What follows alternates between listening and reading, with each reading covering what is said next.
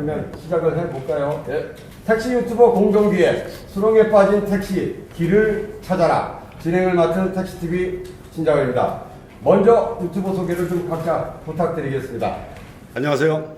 법인 3년, 개인 택시 23년 경력에 고양시에서 개인 택시를 하고 있으며 유튜버 택시 한전을 운영하고 있는 서재선입니다. 네, 안녕하세요. 경기도 고양시 법인택시 경력 12년 차이고요. 유튜브 미카엘 택시를 운영 중인 이상원입니다. 네, 안녕하세요. 저는 인천에서 개인 택시를 하고 있는 홍정진이고요. 저는 이번 8회 지방선거에 출마 경력에 있는 택시 유튜버입니다. 반갑습니다. 안녕하세요. 여기서 제일 상큼한 젊은 성남 개인 택시 기사 유튜브 마카파TV 구경민입니다. 네, 오늘 택시 유튜버들이 택시 정책에 대해서 길을 물으면 국토부 장관님이 수렁에 빠진 택시가 과연 어디로 가야 될지 가장 빠른 길로 안내해 주실 거라고 믿겠습니다. 네, 그렇게 하겠습니다. 잘 모시겠습니다. 예, 참고로 원희룡 장관님을 모시게 된 이유는 저희 택시 종사자들이 투표를 좀 한번 해봤습니다. 근데 오세훈 서울시장님보다 압도적인 득표율을 보이셔서 이 자리에 모셨습니다. 어떻게 괜찮으십니까? 아, 영광입니다. 예. 중간에 그리고 OX판으로 유튜브들의 생각을 한 번씩 묻고 중간평가에 대한 부분들도 한번 몰아가면서 오늘의 행사를 진행하겠습니다. 그럼 원희룡 국토부 장관님 모시겠습니다. 네, 안녕하세요. 오늘 이렇게 택시 유튜버 합동 방송에 초청해 주셔서 정말 감사합니다. 거기다가 투표까지 하셨다고 하니 영광이고, 요즘 참 택시가 어렵습니다.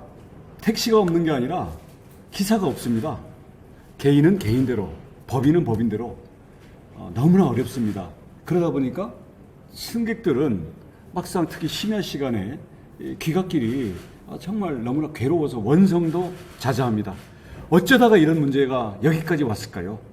저희들도 고민을 많이 하고 있습니다만은 무엇보다도 현장에 전문가에게 의견도 묻고 머리를 맞대봐야 되겠다.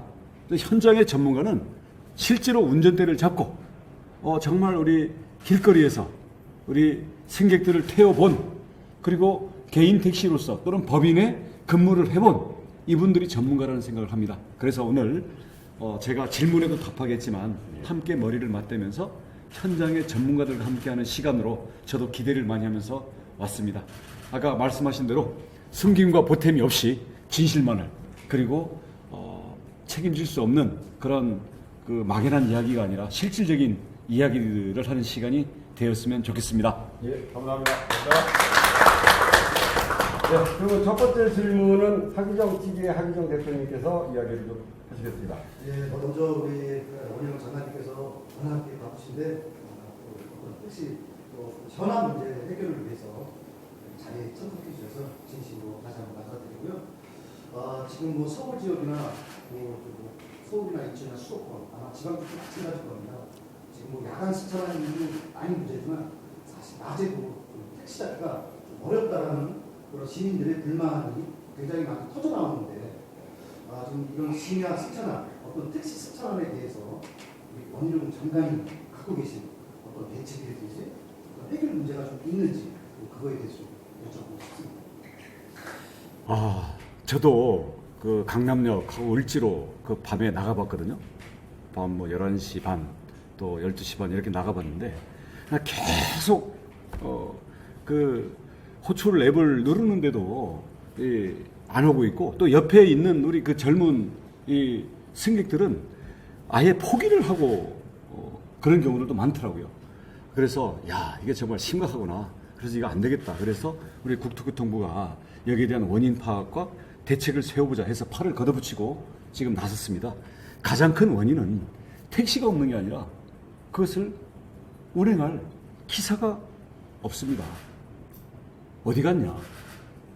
떠나갔습니다. 배달로 떠나가고 아니면 대리운전으로 떠나가고, 그러다 보니까 그 이유는 뭐냐면 비현실적인 수익 구조에 있습니다. 제가 그 개인 택시 하시는 분 강의한 걸 좀 들었거든요. 미터에 잡힌 것의 한 절반 정도가 실제 수입이라 그러더라고요. 그러려면 자, 우리 최저임금, 우리 편의점 알바한다고 치고 그다음 주유수당까지 합해서 이게 하루에 시급이 한 이게 11,500원 정도 나와야 이게 최저임금이에요. 그렇죠. 그러니까 요게 50%니까 요거에 대해서 2배가 매출이 나와야 되고, 예. 그다음 손님을 하루 종일 태우고 있는 게 아니지 않습니까? 손님을 태우기 위해서 오는 시간, 가는 시간, 대기하는 시간, 예. 그리고 진상 손님 만나서 뭐 담배 피운다고 또 시간 끌고 예. 뭐 이렇게 하다 보면 이 부분들에 대해서 결국 분당 400원 구조가 나와야 편의점 알바하는 이 수입 구조가 맞는다. 그런 강의를 듣고, 야, 그렇다면 여기에 대해서 턱없이 모자란 요금, 그리고 턱없이 모자란 이런 수입 구조를 가지고 기사를 보고 나오라 하는 것들이 현실성이 없다. 그래서 여기에서부터 문제를 풀어야 된다고 생각하고 있습니다. 두 번째 질문 제가 좀 드려보겠습니다. 탄력 호출레어 정책에 대한 부분들 저번에 장관님께서 유튜브로 좀 말씀을 하셨고, 그다음에 개인 택시에 대한 전면 부재에 대한 부분들도 마찬가지로 그 영상에서 말씀을 해주셨습니다. 그런데 제가 생각할 때는 탄력 호출료와 개인 택시 부재, 전면 부재 해제에 대한 부분들 동시에 진행을 해야 좀 시너지 효과가 나올 것 같은데, 우리 장관님 생각은 어떤 생각을 가지고 계시는지. 정말 떠나간 기사들이 돌아오게 하고 손님들의 호출에 응답하는 택시가 되게 하기 위해서는 당장의 대책과 좀 다음 단계 또는 중장기 대책이 좀 필요로 됩니다. 근데 당장 할 수 있는 게 부재 푸는 거예요. 예. 왜냐하면 개인 택시는 지금 택시도 있고 기사도 있어요. 근데 못하게 하잖아요. 예. 이거 풀어야 된다. 이건 전면 해제. 전면 해제. 전면 해제. 그래서 저는 특히 지금 개인 택시 같은 경우에도 이게 국민들의 호응, 국민들이 지지해주면 대통령도 되는 게 우리 민주주의 아닙니까? 예, 맞습니다. 그리고 국민들의 지지를 받기 위해서는 심야에 국민들의 호출에 응답하는 택시가 돼야 되겠다. 예. 그래서 좀 심야 운행 좀 조도 짜서 예. 개인 택시가 이런 심야 운행 조와 그 승객들의 편의에 호응해주는 모습을 가장 먼저 이건 당장 할 수 있으니까. 예. 근데 문제는 예. 이건 지자체 권한이더라고요. 그래서 올해 오세훈 시장님, 예. 김동연 지사님, 예. 그 유정복 시장님 수도권 무슨 급하니까 하고. 근데 이게 그 수도권만의 문제가 아니에요. 예. 춘천은 이미 부재를 다 풀었는데 예. 풀었더니 30% 호출 신작. 예. 그러면 지역마다 다르긴 하겠지만 지금 부산, 대전 다 마찬가지예요. 그래서 전면적으로 풀자라는 게 국토부의 그 일단 정책이고요. 예. 그다음 호출료 말씀하셨잖아요. 예. 그다음 요금도 장기적으로는 예. 현실적인 수입이 되게끔 해야 된다고 보는데 택시 요금도 지자체 권한이라. 근데 국토부가 갖고 있는 권한은 호출료, 플랫폼 택시에 대한 요금은 국토부 권한이라서 이건 우리가 또 당장 할 수 있거든요. 예. 그래서 플랫폼을 이용하는 호출 택시들에 대해서 호출료에 대해서 탄력을 주자. 예. 그래서 이제 이 두 가지가 당장 시행할 수 있는 거기 때문에 급하게 하는 거고요. 예. 그 외에 뭐 이따 질문이 나오겠습니다만은 야 이거 뭐 리스제는 어떠냐, 법인 택시, 그다음 개인 택시로 아예 면허를 전환해 주는 건 어떠냐 예. 등등의 문제들은 좀 더 다음 단계 중장기적인 그 해법이다. 왜냐하면 그걸 지금 당장 시작을 해도 당장 그 효과가 나올 수가 없어요. 그럼 최소한 뭐 아무리 빨라도 6개월 이상 걸리는 거고, 심지어는 기본요금 인상하려고 해도 지금부터 인상 방침을 정해도 6개월 뒤에나 이게 네, 시행이 맞습니다. 가능해요. 네. 그래서 택시의 요금 인상이라든지 택시의 택시에 대해서 기사를 더 붙여주는 리스제라든지 예. 아니면 놀고 있는 법인 택시를 뭐 개인으로 전환시켜서 가동시킨다든지 이런 부분들은 중장기적인 과제로 열어놓고 예. 대신 서로 뭐 줄다리기 하는 이런 식이 아니라 과학적이고 객관적인 데이터들을 가지고 모든 이해관계자들이 머리를 맞대서 종합적인 패키지 플랜으로 좀 해나가자. 그런 입장입니다. 예. 기사들의 심야 운행을 늘리기 위해서는 주치 승객님의 처벌이 강화돼야 된다고 생각을 합니다. 심야 운행을 하는 분들은 한 번씩은 다 그런 경험을 겪었기 때문에 그런 경험을 겪으신 분들은 야간 운행을 기피하고 있습니다. 그래서 그런 폭언에 대한 승객님들은 처벌을 강하게 해야 된다고 생각을 하는데 장관님 생각은 어떠십니까? 요즘은 주로 우리 그 승객들의 불편만 이슈가 되고 있는데요. 사실은 진상 승객들로부터 어떻게 우리 택시 기사분들의 사기와 안전과 안전이 들어갑니다. 그리고 심리적으로 좀 콧노래도 나오고 이래야 친절하게 모실 거 아닙니까? 근데 지금 주치 승객으로 인한 불안 때문에 밤에는 도저히 나오기 싫다. 이런 분들이 40%예요. 예. 우리 교통연구원 조사에 가면. 그래서 저는 우선 주치 가서 폭행 행사하고 이런 사람들은 이미 법이 있지만 이건 경찰에서 이거는 정말 민생 침해 사범으로 엄벌을 애누리 없이 집행해야 되고 앞으로 주치로 한 부분들에 대해서는 사회가 용납하지 않는다. 그래야 다른 분들이 피해를 안 보잖아요. 몇 사람 때문에 택시 기사들이 나오기 싫다는 거예요. 그래서 이 부분을 풀어야 되고. 그리고 아까 우리 저 택시 안전 TV에서 호출료 아까 저 질문을 하셨는데 이 플랫폼 간에 저희가 경쟁을 시켜야 된다고 봅니다. 요금이나 호출료를 국토부에서 이래라 저래라 일방적으로 하는 게 아니고 자 손님들의 만족도를 위해서 경쟁을 해봐라. 다양한 요금 방식. 다음 우리 승객들이 호출료를 써는 가락동 농수산물 중개시장이나 경매 방식. 예 그리고 심지어 증권, 주식 이거 다 가격 호가와 매도 호가, 매수 호가 이렇게 해서 쓰는 방식 이런 거를 일률적으로 한다는 게 아니라 이런 부분도 가능하도록 해서 한번 효과를 보면서 다양한 좀 요금 방식을 도입해 볼 필요가 있겠다고 그러면 생각합니다. 업체별로 이제 호출료의 방식이 조금 차별화가 될 수 있는 부분이 그렇죠. 대신 국토부는 이렇게 하다 보면 또 그 플랫폼 쪽에서는 너무 이 값을 올리려고 그러고 국민들은 야 이거 요금 올리는 거 아니야? 그리고 야 우리는 기사가 없어서 지금 택시가 안 잡히는 건데 플랫폼 업체만 돈을 벌고 법인한테만 가고 기사한테 수입이 안 가면 안 되잖아요. 그래서 맞습니다. 기사한테 가급적이면 100% 내지는 꼭 필요한 비용 빼고는 기사한테 다 갈 수 있는 이런 거와 국민들이 수용할 수 있는 인상폭 요 정도를 우리 국토교통부가 좀 울타리를 좀 지켜주는 요 정도만 하고 그 안에서는 다양한 메뉴의 서비스들을 서로 경쟁하고 기사들은 기사들대로 승객들은 승객들대로 어떤 이 안전과 요금의 편의와 이런 것들이 다양하게 만들어 나가도록 그렇게 열어주는 역할을 해야 된다고 봅니다. 감사합니다. 만약에 네. 국토부 장관님께서 모든 걸 지금 다 하셨을 때 했을 때 개인 택시, 법인 택시 곡선을 그려왔습니다. 이게 지금 현재 같은 경우는 지금 개인 택시가 장사가 안 되든 안 되든 지금 이렇게 나오고 있는데요. 만약에 여기서 탄력 요금이 붙으면은 약간 이런 식으로 나올 것으로 저는 예상이 되고 있고요. 만약에 부재와 탄력이 동시에 진행된다면 이렇게 저희도 출근을 탄력적으로 할 수 있는 방향으로 될 것 같습니다. 물론 부재만 해제하게 된다면 그냥 조금만 더 위로 올라갈 뿐이지 이렇게 탄력적으로 나올 수가 없거든요. 꼭 부탁드리고요. 그래서 네. 이런 그 실제 그 시간대별로 또 요일대별로 또 이 단거리 장거리 또는 이제 저 경기도 가는 택시 뭐 아니면 강남하고 강남 내에서만 삥삥 도는 뭐 이런 여러 가지 이 수요 유형들이 있잖아요.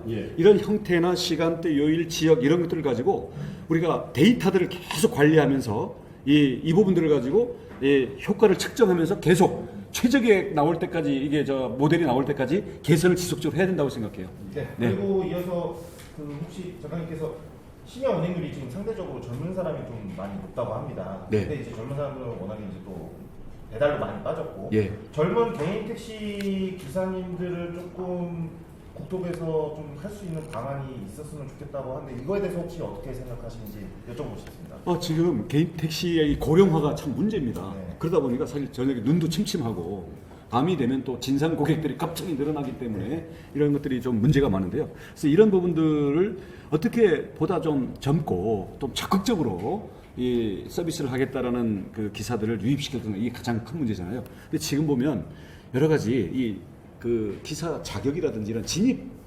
장벽들이 너무 높아요. 진입 그 벽을 과감하게 깨는 것도 지금 아주 심도 있게 검토하고 있습니다. 이거 OX를 해야 되나라는 의미가 있는데 그래도 뭐 아까 제가 말씀을 좀 드렸기 때문에 OX를 안 하고 넘어갈 수는 없습니다. 지금까지 장관님께서 말씀하셨던 대책들이나 방안들이 이건 너무 기가 막히다 옵니다. 근데 이거 좀 매달 좀 나온다. 이거 좀 돌아가고 있다. X. 자, 유튜브님들의 의견을 한번 좀 여쭤보겠습니다. 하나, 둘, 셋. 어떻게? 저보다 나오고 장관님 이대로 한번 진행하시면 될 것 같아요. 보람을 느낍니다. 이어서 한경 TV의 이야기담 질문을 한번 좀 받아보겠습니다. 예, 택시라는 직업을 좀 선택하기 위해서는 어떤 자격증이라든가 아니면 또 개인 택시를 원하시는 분들은 또 개인 택시 어떤 교육이라든가 이런 게 필요합니다. 근데 지금 택시 자격증을 취득을 하려고 하면 서울과 인천과 어떤 부산과 대구와 제주와 각자 틀립니다.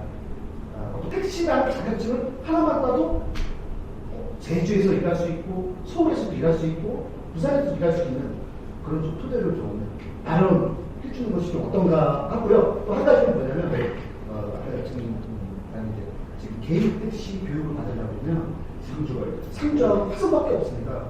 지금 수많은 개인 택시를 하고 싶어 하시는 분들도 어떤 인터넷 시청을 해서 하는데도 그것도 지금 한 3개월, 4개월 밀려 있는 상태고요.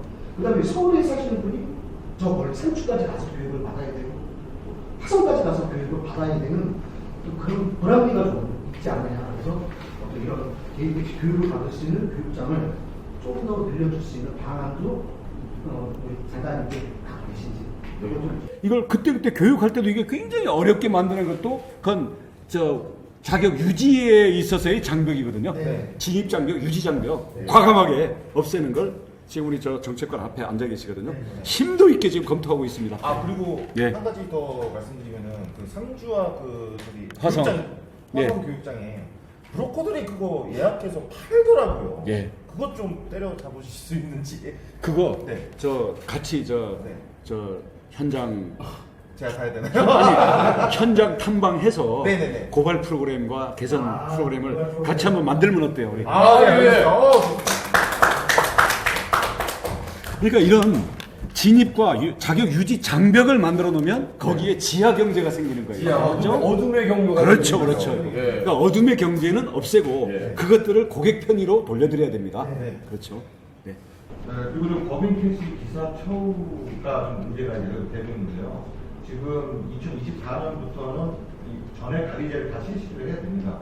근데 이 높은 기준금 때문에 기사들이 거기에 대한 수입이 더 낮아지고 있거든요. 근데 높은 기준금 외에도 뭐 추가로 벌어들이는 수익을 또 회사 측에서 30%, 40%또 제한으로 주고 있습니다. 그런 분이죠. 그 다음에 운송비 정가 금지라는 법이 예전부터 있었음에도 불구하고 전국적으로 가스비라든가 세차비 또 세차를 또 뽑았다고 해서 또 산학금을 또 올리고 이런 회사들이 되게 많습니다. 또 실질적으로 집안에서는 그런 것을 알고도 시에서 알고도 묵인을 해준 경우가 많고요. 이런 것을 어떻게 해결을 해야지만 새로운 기사를 유입하는 것도 좋지만 기존에 있는 기사들이 떠나가지 않게 하는 방법도 더 중요하다고 생각하거든요. 거기에 대한 해법은 뭐가 있을까요? 법인 택시에 기사를 한다는 게 얼마나 힘들었으면 기사들이 다 떠나버렸겠습니까, 그죠? 네. 지금 법인 택시의 가동률이 30% 정도밖에 안 돼요. 그러니까 그럼 법인에서는 택시가 있는데 그냥 놀리고 있다는 얘기죠. 근데 회사나 문제는 일단 둘째 문제고 기사들의 수입이 너무나 이게 비현실적으로 나쁘니까 기사들이 떠나버렸기 때문에 법인도 어려워진 거란 말이에요. 기사를 먼저 살려야 법인도 살 수가 있습니다. 근데 지금 보니까 평균이 한 230만 원? 근데 최저임금 살짝 넘는 수준밖에 안 돼요. 230만 원, 230만 원이나 벌어? 그럴 사람 없으시죠? 이게 거기에다가 그 법인 택시 보시면 알지만은 하루 종일 정말 그 운동도 못 하고 소화도 못 하고 그냥 위산 과다 다 걸리고 운동 부족이 하면서 지금 하고 있는 건데 그러다 보니까 다 이게 배달 그리고 이제 대리운전 그리고 다른 걸로 이제 떠나버린단 말이에요. 그래서 우리가 일단 현재 그 플랫폼을 통해 가지고 탄력 코출을 만약 붙이게 되면 그 법인 같은 경우도 이런 것들이 아무튼 다 기사들한테 수입이 갈 수 있도록 해야 되고 또 장기적으로는 기본 요금에 대해서도 손님이 안 탔을 때와 대기하는 시간에 노동하고 있는 거잖아요. 최저임금은 맞추잖아요. 근데 최저임금 맞추려 그래도 지금 같은 이 요금 체계와 기사들의 수입은 비현실적이고 초현실적인 요금 체계예요. 그리고 그다음 지금 말씀하신 것처럼 그러면 매출은 올라. 근데 법인에서 이것저것 뛰어가는 게 결국 기사한테 수입이 안 간다? 이건 문제잖아요. 그래서 전체적으로 지금 플랫폼과 탄력을 호출료에다 붙이든 요금을 하든지 이 혜택은 기사들한테 가도록 하고 그 기사들에게 부당한 요금이라든가 이런 건 전가하지 못하도록 해서 기사들의 처우 개선에 저희는 집중해야 된다고 봅니다. 뭐 이따가 질문이 나올지 모르겠는데 예를 들어서 우리가 다른 예를 들어서 뭐 리스니 뭐 이런 것들도 우리는 전부 기사들의 처우 개선하고 연결이 안 되면 장기적으로는 이건 지속 가능하지 않다고 보고 있거든요. 거기에다가 지금 또 우리가 해야 되는 부분들이 법인 내에 예를 들어서 그 기사들 같은 경우에는 심야에 저 운전을 하고는 또 손님도 없는데 차고지까지 갖다 놓고 가야 된다든지 이런 예 불필요하게 이렇게 좀 약간 좀 뺑뺑이 돌리는 이런 그 우리 정부 당국에서 행정 당국에서 풀려면 풀 수 있는 이런 그 여지들도 좀 많이 있어요. 그래서 법인의 어려움은 법인의 어려움대로 우리가 풀어나가되 중요한 것은 법인 기사들의 실질적인 처우 개선 그리고 이게 최저임금 이상 그 평균 배달료랑은 비슷하게 가야 될 거 아니에요. 지금 버스 기사, 배달 기사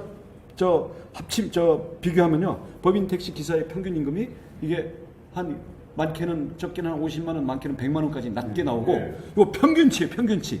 왜냐면 법인 기사들도 또 잘 되는 데들은 높고 이렇게 생각하면 여기에서 열악한 그 환경에 있는 법인 택시들은 정말 이거는 눈물 없이는 볼 수 없는 하루하루의 이 고난의 행군을 하고 있다라는 것. 이것부터 개선시켜야 된다고 봅니다. 괜히 가져왔어 이거 괜히 가져왔어. 다음 택시 안전네. 40년간 부재가 있다가 부재가 이제 풀린다 그래도 40년간 이 몸의 베개 습관이 되게 일을 하는데 하루아침에 습관을 바꾸기는 시간이 많이 걸릴 겁니다. 근데 요즘 나오는 말에 벌써부터 플랫폼 운송 사업과 유상 운송 논의를 이렇게 하는 것은 시기상조라고 보는데 어떻게 생각하십니까, 장관님께서는? 예, 그 우버 같은 거 말씀하시는 거죠. 그러니까 그거는 우리가 제일 마지막에 검토할 문제다. 아까 말씀드렸잖아요. 당장 개인 택시 부재 해제. 아니 있는 기사를 왜 못하게 하냐 이거예요. 첫 번째. 그리고 아니 손님들이 탄력 요금 더 내고 가겠다 그러는데 그걸 왜 안 해주냐고요. 그래서 이거는 승객들의 선택에 맡겨서 당장 풀 수 있는 걸 해가지고 우선 연말까지 아무튼 급한 거 연말까지는 우리 숨통을 틔우자. 인공호흡으로 일단 숨통부터 좀 틔워놓자. 자, 그 다음에 할 게 어떻게 법인 택시라든지 이런 그 법인 택시 기사들의 또 수입 어떤 제도라든지 이런 부분들이 좀 돼야 되죠. 그래서 개인 택시와 법인 택시와 플랫폼이 좀 제대로 돌아갈 수 있는 그걸 만들고 그렇게 별별 처방을 다 해봤는데 도저히 이게 안 나와. 기존의 택시 갖고는 안 돼. 그러면 아무튼 바퀴 달린 것들은 나와서 손님 실어달라 이렇게 가다 보면 그런 운송업 자체가 바뀔 수도 있는데 현재 그거는 제도도 너무 많이 바꿔야 될 뿐만 아니라 그거 당장 하겠다 그러면 다음 여름부터 나 가만 안 놔둘 거야. 그거 하겠다는 회사가 전부 택시하고. 네, 그러니까 그런 부분들은 우리가 국민 화합도 중요하고 함께 살 수 있는 방법부터 찾아보자. 도저히 안 되면 그때 검토하자. 대신 이거 영원히 안 된다 이렇게는 안 돼. 왜냐면 저는 택시, 특히 개인 택시, 법인 택시 기사들의 처우 개선과 정당한 어떤 게 보상을 받을 수 있는 부분이 현재는 가장 중요하지만 그보다 더 중요한 것은 국민이다. 택시도 고객이 인정을 해줘야 택시가 존속하는 거 아니에요? 국민들이 야 자가용업, 영업 옛날에는 전문용어로 나라시인데 이거를 자 뭐 U자라는 거 붙여가지고 자 나라시 합법화해. 안 그러면 우리 대통령이 국회의원이 다 떨어뜨릴 거야. 그럼 우리가 무슨 별 수 있나요? 근데 그런 게 안 오도록 저희가 먼저 노력을 우리가 먼저 자구책을 좀 해보자.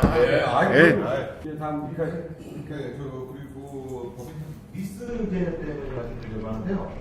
이 법인 택시 리스제를 도입하는 배경, 목적이 지금 부족한 택시들을, 노는 택시들을 좀 이 직장인 투잡으로 이용을 해서, 뭐 이제 센터박스 이용해서 이제 그 택시를 좀 늘리고자, 심야 승차를 늘리고자 하는 그런 목적이 되게 크지 않습니까?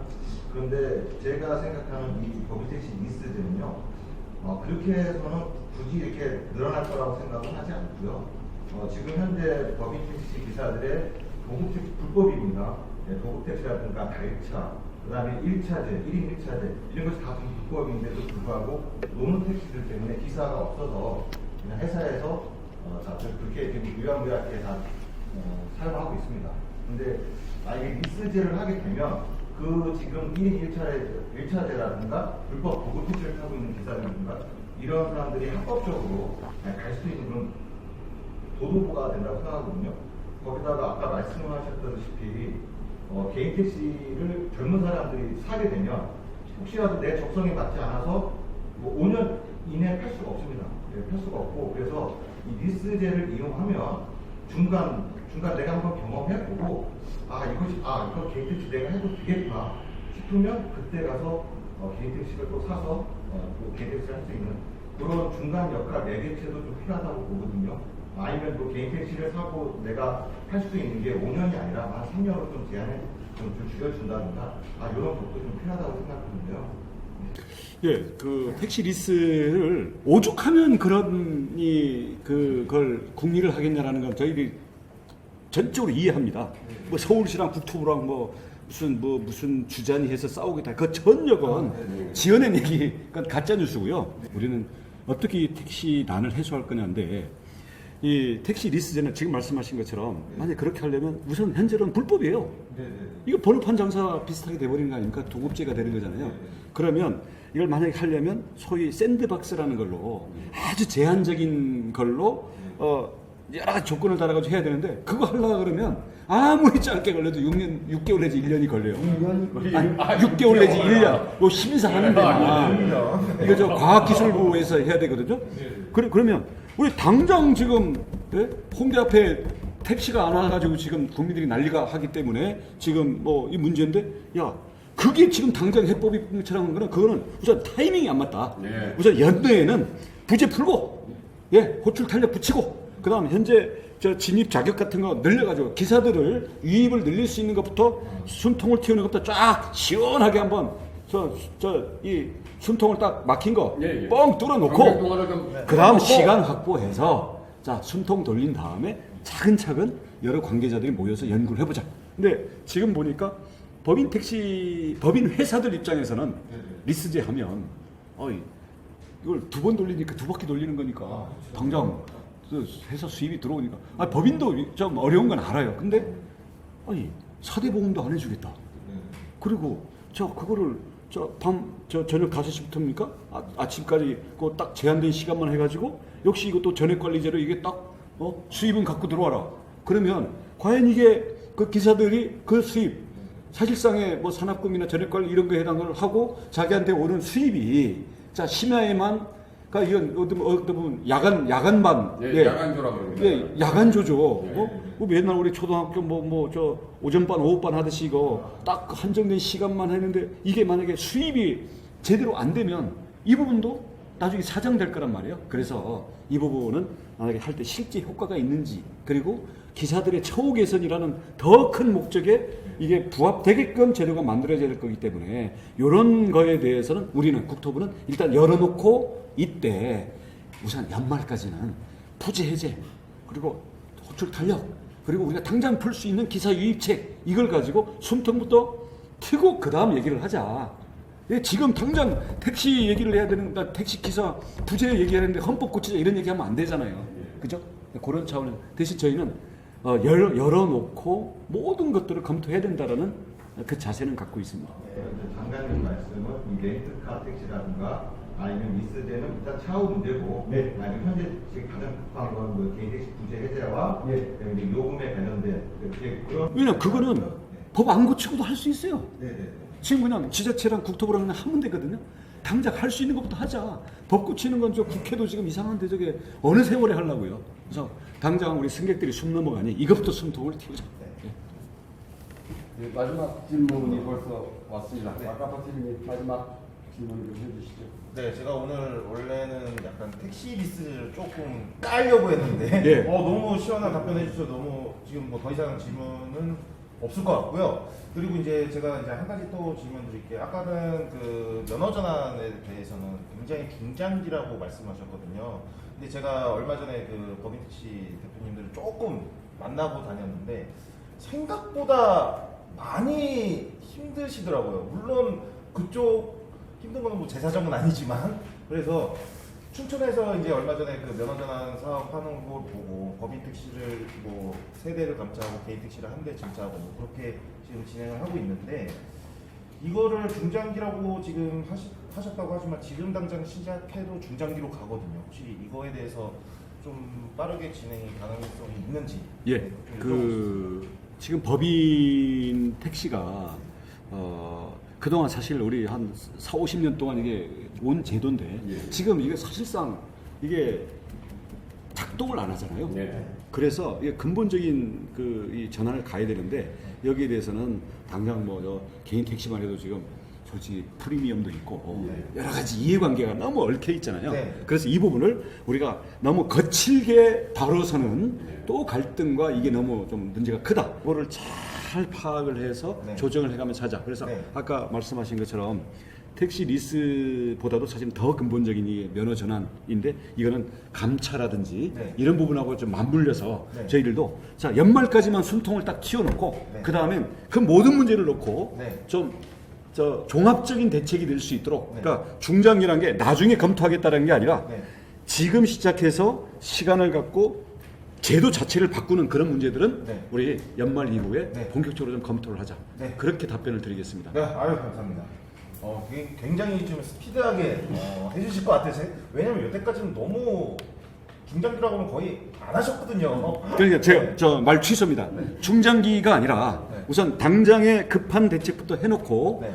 본격적이고 종합적인 근본적인 논의에 좀 들어가자. 대신 그거는 객관성과 과학적인 걸 가지고 충분한 논의를 가지고 하되 국토교통부 특히 원희룡 장관이 해야 되는 이런 기존의 진입 장벽 또는 기존의 칸막이 그리고 기존의 기득권으로 인한 끼리끼리에 이 엉켜있는 이 부분을 과감하게 깨는 역할을 하겠다. 그 장관님, 제가 그러면 아까 분명히 저희가 현장에 있는 전문가고 현장에 답이 있다라고 말씀을 네, 하셨는데 네. 이런 이제 국토교통부에서 여러 가지에 대한 제도들을 개선해 나가는 데 있어서 저희 쪽에 이야기도 충분히 좀 들으시면 그래서 제가 예. 제 명함과 핸드폰을 드렸고요. 예, 예. 단톡방에 저를 불러주십시오. 예, 예. 늘 소통하겠습니다. 오늘은 신고식. 자, 우리 주번님들 중에 장관님 말씀 이제 답변 좀 들었고요. 근데 추가 질문 이제 하실 분 있으면 펜만 한번 들어주시면 추가 질문 한번 좀 받아보고 그리고 마무리할까 예, 하기도 하고 대표님 마무리 추가 질문 하시죠. 돌발 질문이었습니다.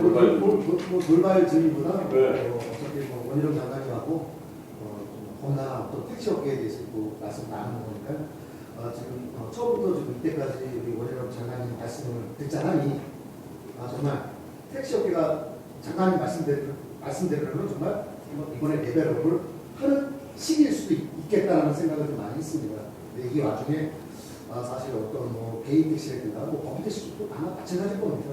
많은 언론에서도 고령 택시기사다, 택시기사는 나이가 많아서 밤에 못 나온다 이런 얘기들이 굉장히 많습니다. 그래서 만약에 고령에 지금 올해도 30년, 40년 그 한 직업을 갖고 했던 분들이 어떤 택시라는 직업을 그만뒀을 때 그분들이 정말 나가서 어떤 노후에 대한 어떤 안정적인 그런 게 좀 많이 필요한데 국토부에서 이런 거에 대해서 어떤 지원책이 좀 마련이 되면 조금 더 어떤 고령에 있는 분들이 좀 택시를 좀 집살이 좀 팔고 나가고 또한 젊은 분들이 난 좀 택시를 좀 해봐야겠어 라고 했을 때 어떤 정부 국토부에서 젊은 분들이 들어왔을 때 어떤 지원이 되거나 어떤 정책이 좀 뒷받침이 되면 자연스러운 세대 교체가 되지 않을까. 왜냐하면 급작스러운 세대 교체는 어떤 문제가 생길 거라고 보거든요. 그래서 우리 원희룡 장관님께서 이런 어떤 자연스러운 택시업의 세대 교체에 대해서 어떻게 생각을 하시는지 좀 듣고 싶습니다. 저는 택시만 고령화되어 있는 거는 택시 기사들에게도 안 좋고 네. 국민들도 안 좋고 네. 근데 제가 오늘 구체적인 정책을 거기까지 준비하고 나오진 않았습니다만은 네. 지금 말씀하신 그 취지에 전적으로 공감을 하고요. 네. 그래서 우리 고령자분들도 야 이거 내가 평생 그 모아놓은 내 피땀으로 만든 이게 내 재산인데 내가 끝까지 그냥 붙들고 있을래. 이런 게 아니라 이게 경제는 돌아야 되는 거잖아요. 그러니까 지금까지의 택시 업계의 고정된 어떤 이 관념을 깨는 이런 많은 방식들이 우리 앞에 있다고 생각해요. 그래서 저는 앞으로 이 서비스와 비즈니스에 있어서 어떤 새로운 것들을 과감하게 도입하는 예, 이런 부분에서 좀 혁신의 물꼬를 트고 우리 젊은 기사들과 그걸 함께 해야 되지 않는가 싶습니다. 대신 구체적인 거는 오늘 문제를 내셨으니까 저희들도 열심히 연구해서 다음번에 다다음 뵙게 되면 조금 더 구체적인 답안을 낼 수 있도록 해보겠습니다. 네, 아유, 감사합니다. 예, 마지막 낙가파 네. 그리고 지금 이제 계속 연령대에 대해서 계속 말씀을 많이 하셨는데 저희 아버지도 지금 개인 택시를 하고 계십니다. 이게 제가 젊은 사람 계속 얘기하면 이제 아버지가 또 서러워하시는 부분이 없지 않아 있습니다. 네. 물론 제 구독자님들께서도 굉장히 다 나이대가 높게 지금 다 나오고 있는데 저는 약간 택시 유튜브 하면서 이제 좀 깜짝 놀랐던 게 사고를 많이 내시는 분이 정말 많더라고요. 보험료가 1년에 1,000만 원 이상 나오시는 분들이 있거든요. 그러니까 저는 이게 나이뿐만 아니라 그런 분들이 조금 더 빠르게 좀 나갔으면 하는 예, 바람도 있습니다. 그러니까 예. 나이만 이렇게 딱 걸면은 저희 아버지 같은 경우는 30년 무사하고 계신데 어. 너무 억울하실 거 아니에요. 나는 예. 운전 잘하는데 예. 단지 난 늙었다고 해서 나가야 돼. 이런 것도 좀 고려해 보셨으면. 아니요, 퇴출한다는 뜻은 아닙니다. 네. 아, 그렇죠. 자연스럽게 아, 순환될 네네네. 수 있는 네. 그래서 이걸 많이 열어줘야 된다는 거죠. 네네네. 지금은 많이 좀 너무 굳어 있잖아요. 네네네. 예. 저는 지금 질문은 아니고요. 지금까지 이 국토부 장관님들 중에서 이 택시에 관심 있는 분이 없었거든요. 그래서 어느 곳에서는 우리 나라님들 욕한다고 국토부 장관이 어쩌고 저쩌고 이렇게 얘기를 했었습니다. 저도 욕 많이 했습니다. 그런데 지금 제가 이제 아는 지인들한테 이제 장관님 위하러 간다. 그러면 권희정 장관님 만나면 말이야 이런 얘기 좀 해줘 저런 얘기 좀 해줘. 이 미국자를 붙이더라고요. 아 그래서 정말 이 택시에 관련돼서 이 관심 가져주시고 또 빨리 이 해결해 주시는 그 노력에 진심으로 감사드립니다. 감사합니다. 다들 질문을 맞추셨으면 장관님 이제 마무리 발언을 하시고 그리고 피해갈 수 없는 거 마무리 발언을 하고 요거 들을까요? 제가 볼 때는 이거 별 필요 없을 것 같기는 한데 아예 매도 빨리만 하고 하죠. 하고 알겠습니다. 이거 하고 하겠습니다. 자, 지금까지 장관님 이야기가 이거 빙빙 매다만 좀 올라간다. 이러면 X고요. 그다음에 이놈 이런 장관님 처음 뵙다. 동글뱅입니다. 이거 뭐 하나마나 의미가 있을까 모르기는 합니다만 그래도 한번 여쭤보겠습니다. 하나, 둘, 셋. 안 들어요? 저는 이걸로 저는 세모. 네. 예, 시간이 짧아서. 시간이 짧아서. 이거 거의 뭐 내일까지 해야 되는 이야기인데 시간이 짧네요. 네. 이거 말고는 마무리 이제 바로 부탁드립니다. 예, 아니 오늘 저도 사실은 긴장한 마음으로 왔는데 오늘 또 너무나 진솔한 이야기 그리고 많은 이 대안들에 대해서 정말 깊이 고민하고 있다는 것을 우리 선수끼리는 알잖아요. 네, 그렇죠. 다 이 대화 중에 이미 그런 게 많이 들어있었다고 생각합니다. 그래서 오늘 드린 나눈 말씀을 잘 반영을 하고 앞으로도 우리가 당장 시급한 거, 그다음 연말까지 지금 좀 여러 가지 좀 제도를 고쳐야 될 거, 우리가 할 일은 좀 빠른 속도로 하겠고요. 그다음 좀 더 근본적이고 좀 더 종합적인 대책을 하기 위해서는 우리 오늘과 같은 우리 유튜버를 중심으로 해서 저는 택시기사 또는 택시기사 경험을 가진 분들의 이야기가 가장 중요하다고 생각하고요. 그 다음에 법인들 또는 플랫폼들, 그다음 우리 승객들 이런 이야기를 다양하게 들어서 이제는 국토부 정책도 자기네끼리의 사무실 안에 책상에서 캐비넷에서 나오는 게 아니라 그 택시의 그 운행 현장 그리고 고객들의 어떤 이 숨소리와 함께하는 정책이 되도록 저도 더 분발하고 노력하겠습니다. 아무튼 오늘 초청해 주셔서 너무 감사하고요. 단톡방에 불러주세요. 네. 감사합니다. 택시도 장관님 말씀을 종합해보면 택시도 현장에 답이 있다. 이런 말씀으로 요약이 될 것 같습니다. 택시 유튜버 공동기에 수렁에 빠진 택시 길을 찾아라 시청해 주셔서 대단히 감사합니다. 감사합니다. 저도 너무 재밌었어요.